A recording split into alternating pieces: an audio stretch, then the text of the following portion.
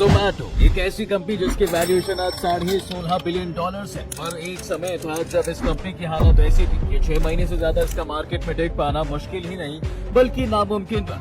इसके share price 150 से 40 रुपए पर आ गए थे। पर सोचने वाली बात है कि 6 महीने में बंद होने वाली कंपनी अभी तक कैसे चल रही है, और न सिर्फ चल रही है बल्कि अच्छा खासा प्रॉफिट भी कमा रही है। दरअसल जोमैटो की शुरुआत तो साल 2008 में हुई थी, लेकिन 2014 तक ये एक फूड डिलीवरी प्लेटफॉर्म नहीं बल्कि एक फूड डिस्कवरी प्लेटफॉर्म हुआ करता था।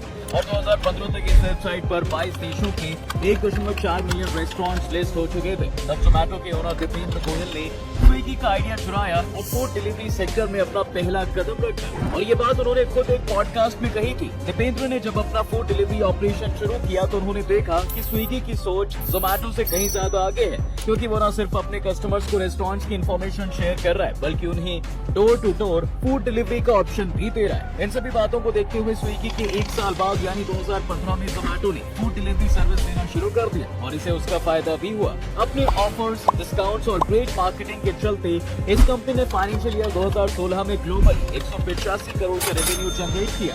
हर साल 2018 में जोमैटो यूनिकॉर्न की लिस्ट में शामिल हो जाता है। पर साल 2016 में जोमैटो के लिए इतना भी अच्छा नहीं था जितना आपने सुना, क्योंकि इसी साल कंपनी को इंडिया में 247 करोड़ का नेट लॉस भी हुआ था, जो 2015 के मुकाबले 3 गुना से भी ज्यादा था। पर इससे भी ज्यादा बुरी कंडीशन इसकी कोरोना में हुई, जब लोगों ने ऑनलाइन फूड ऑर्डर करना बिल्कुल ही बंद कर दिया था, जिसके चलते इस कंपनी के बिजनेस में 19% का ड्रॉप देखा गया। ये ऐसी सिचुएशन थी जिसमें जोमैटो के पास सरवाइव करने के लिए केवल 6 महीने के ही पैसे थे, यानी कि अगर जल्द ही फंड रेज नहीं किया जाता तो कंपनी को बंद करना पड़ता।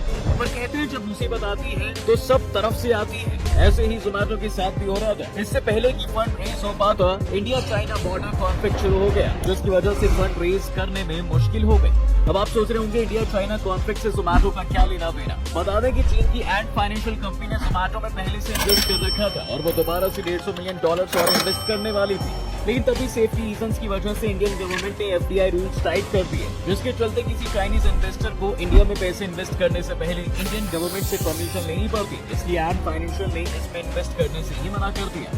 दीपेंद्र गोयल की सारी उम्मीदें टूट चुकी थी, क्योंकि फंड कहीं से भी नहीं मिल पा रहा था। इसलिए अपनी कंपनी को बचाने के लिए वो जुलाई 2021 में जोमैटो का आईपीओ ले आते हैं, जिसके बाद जोमैटो की हालत थोड़ी सुधरने लगी। उधर कोविड-19 की पहली वेव भी जा चुकी थी, जिसकी वजह से जोमैटो को बड़ी संख्या में ऑर्डर्स मिलने लगे थे और तब जोमैटो का रेवेन्यू पहले से कहीं ज्यादा बढ़ चुका था। जोमैटो में ऐसी ग्रोथ हो रही थी जैसे पहले कभी नहीं हुई थी।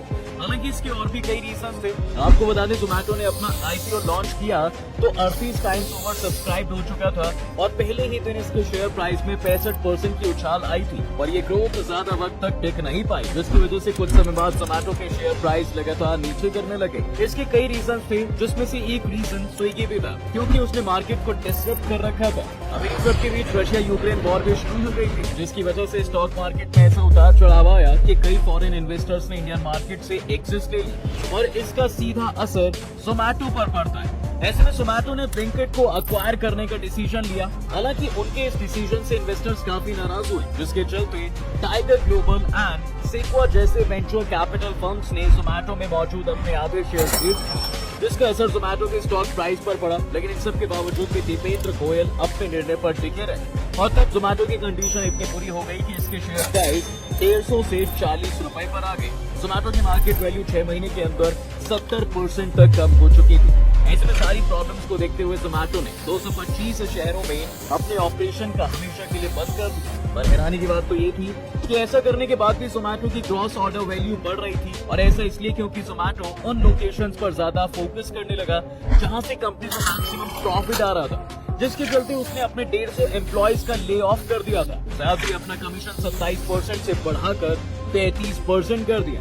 इससे कंपनी का रेवेन्यू बढ़ने लगा और लॉसेस कम होने लगे। जहां 2023 में क्वार्टर 3 में जोमैटो के लॉसेस 347 करोड़ रुपए थे, वहीं 2024 के क्वार्टर 1 में उसने पहली बार 2 करोड़ का प्रॉफिट कमाया था। इतना बड़ा बदलाव कंपनी के लिए हैरान कर देने वाला था, पर इतनी सारी कॉस्ट कटिंग के बावजूद भी जोमैटो आज भी प्रॉफिटेबल कंपनी नहीं बन सकी। हालांकि इसके भी अपने अपने रीजन है और अच्छी बात यह है कि आने वाले समय में जोमेटो एक अच्छा प्रॉफिट बना सकती है, क्योंकि अगर आप अभी तक का जोमेटो का रिजल्ट देखें तो इसने अपने लॉसेस को काफी हद तक कम किया है। साथ ही इसके रेवेन्यू में 69% तक की ग्रोथ भी आई है। और सिर्फ इतना ही नहीं, रेवेन्यू और प्रॉफिट ग्रोथ की वजह से एक साल के अंदर जोमेटो ने अपने इन्वेस्टर्स को 200% का रिटर्न दिया है। आज की वीडियो में फिलहाल बस इतना ही। वीडियो अगर अच्छी लगी हो तो लाइक और शेयर जरूर करें।